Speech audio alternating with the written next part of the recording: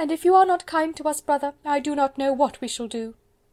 They all exclaimed against such terrific ideas, and Mr. Gardiner, after general assurances of his affection for her and all her family, told her that he meant to be in London the very next day, and would assist Mr. Bennet in every endeavour for recovering Lydia.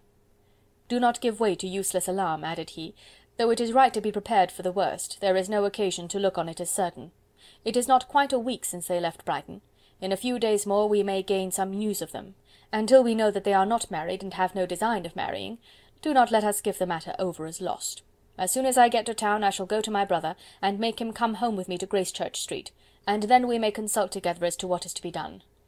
"Oh, my dear brother," replied Mrs. Bennet, "that is exactly what I could most wish for. And now do, when you get to town, find them out, wherever they may be, and if they are not married already, make them marry. And as for wedding clothes, do not let them wait for that, but tell Lydia she shall have as much money as she chooses to buy them, after they are married. And above all, keep Mr. Bennet from fighting. Tell him what a dreadful state I am in, that I am frighted out of my wits, and have such tremblings, such flutterings all over me, such spasms in my side, and pains in my head, and such beatings at heart, that I can get no rest by night nor by day. And tell my dear Lydia not to give any directions about her clothes till she has seen me, for she does not know which are the best warehouses. Oh, brother, how kind you are! I know you will contrive it all." But Mr. Gardiner, though he assured her again of his earnest endeavours in the cause, could not avoid recommending moderation to her, as well in her hopes as her fear; and after talking with her in this manner till dinner was on the table, they all left her to vent her feelings on the housekeeper, who attended in the absence of her daughters. Though her brother and sister were persuaded that there was no real occasion for such a seclusion from the family, they did not attempt to oppose it, for they knew that she had not prudence enough to hold her tongue before the servants while they waited at table, and judged it better that one only of the household, and the one whom they could most trust, should comprehend all her fears and solicitude on the subject. In the dining-room they were soon joined by Mary and Kitty, who had been too busily engaged in their separate apartments to make their appearance before. One came from her books, and the other from her toilette. The faces of both, however, were tolerably calm, and no change was visible in either, except that the loss of her favourite sister, or the anger which she had herself incurred in this business, had given more of fretfulness than usual to the accents of Kitty.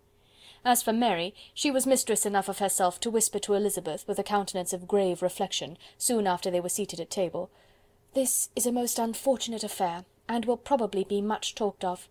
But we must stem the tide of malice, and pour into the wounded bosoms of each other the balm of sisterly consolation." Then, perceiving in Elizabeth no inclination of replying, she added, "Unhappy as the event must be for Lydia, we may draw from it this useful lesson, that loss of virtue in a female is irretrievable, that one false step involves her in endless ruin, that her reputation is no less brittle than it is beautiful, and that she cannot be too much guarded in her behaviour towards the undeserving of the other sex." Elizabeth lifted up her eyes in amazement, but was too much oppressed to make any reply. Mary, however, continued to console herself with such kind of moral extractions from the evil before them. In the afternoon the two elder Miss Bennets were able to be for half an hour by themselves, and Elizabeth instantly availed herself of the opportunity of making any inquiries which Jane was equally eager to satisfy. After joining in general lamentations over the dreadful sequel of this event, which Elizabeth considered as all but certain, and Miss Bennet could not assert to be wholly impossible, the former continued the subject by saying, "But tell me all and everything about it which I have not already heard. Give me further particulars. What did Colonel Forster say? Had they no apprehension of anything before the elopement took place? They must have seen them together for ever." Colonel Forster did own that he had often suspected some partiality, especially on Lydia's side, but nothing to give him any alarm. I am so grieved for him. His behaviour was attentive and kind to the utmost. He was coming to us in order to assure us of his concern before he had any idea of their not being gone to Scotland. When that apprehension first got abroad, it hastened his journey. And was Denny convinced that Wickham would not marry? Did he know of their intending to go off? Had Colonel Forster seen Denny himself? Yes. But when questioned by him, Denny denied knowing anything of their plans, and would not give his real opinion about it. He did not repeat his persuasion of their not marrying, and from that, I am inclined to hope, he might have been misunderstood before. And till Colonel Forster came himself, not one of you entertained a doubt, I suppose, of their really being married? How was it possible that such an idea should enter our brains? I felt a little uneasy, a little fearful of my sister's happiness with him in marriage, because I knew that his conduct had not always been quite right. My father and mother knew nothing of that. They only felt how imprudent a match it must be. Kitty then owned, with a very natural triumph on knowing more than the rest of us, that in Lydia's last letter she had prepared her for such a step. She had known, it seems, of their being in love with each other many weeks. But not before they went to Brighton. No, I believe not. And did Colonel Forster appear to think well of Wickham himself? Does he know his real character?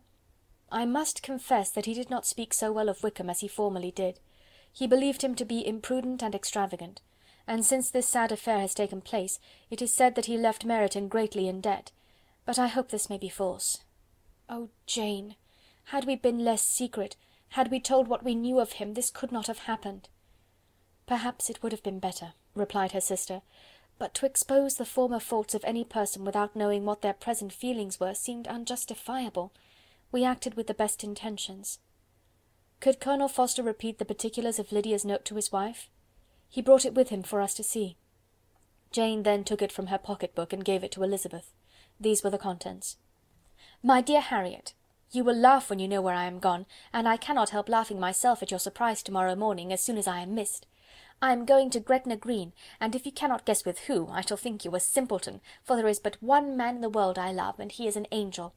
I should never be happy without him, so think it no harm to be off.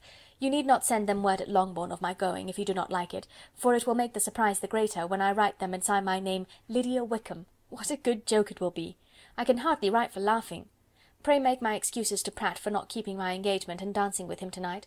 Tell him I hope he will excuse me when he knows all. And tell him I will dance with him at the next ball we meet, with great pleasure. I shall send for my clothes when I get to Longbourn, but I wish you would tell Sally to mend a great slit in my worked muslin gown before they are packed up. Good-bye. Give my love to Colonel Forster. I hope you will drink to our good journey. Your affectionate friend, Lydia Bennet. "Oh, thoughtless, thoughtless Lydia!" cried Elizabeth, when she had finished it. "What a letter is this, to be written at such a moment! But at least it shows that she was serious on the subject of their journey. Whatever he might afterwards persuade her to, it was not on her side a scheme of infamy. My poor father! How he must have felt it! I never saw anyone so shocked. He could not speak a word for full 10 minutes. My mother was taken ill immediately, and the whole house in such confusion." "Oh, Jane!" cried Elizabeth, "was there a servant belonging to it who did not know the whole story before the end of the day?" "I do not know. I hope there was. But to be guarded at such a time is very difficult. My mother was in hysterics, and though I endeavoured to give her every assistance in my power, I am afraid I did not do so much as I might have done. But the horror of what might possibly happen almost took me from my faculties. Your attendance upon her has been too much for you. You do not look well. Oh, that I had been with you! You have had every care and anxiety upon yourself alone. Mary and Kitty have been very kind, and would have shared in every fatigue, I am sure, but I did not think it right for either of them. Kitty is slight and delicate, and Mary studies so much that her hours of repose should not be broken in on.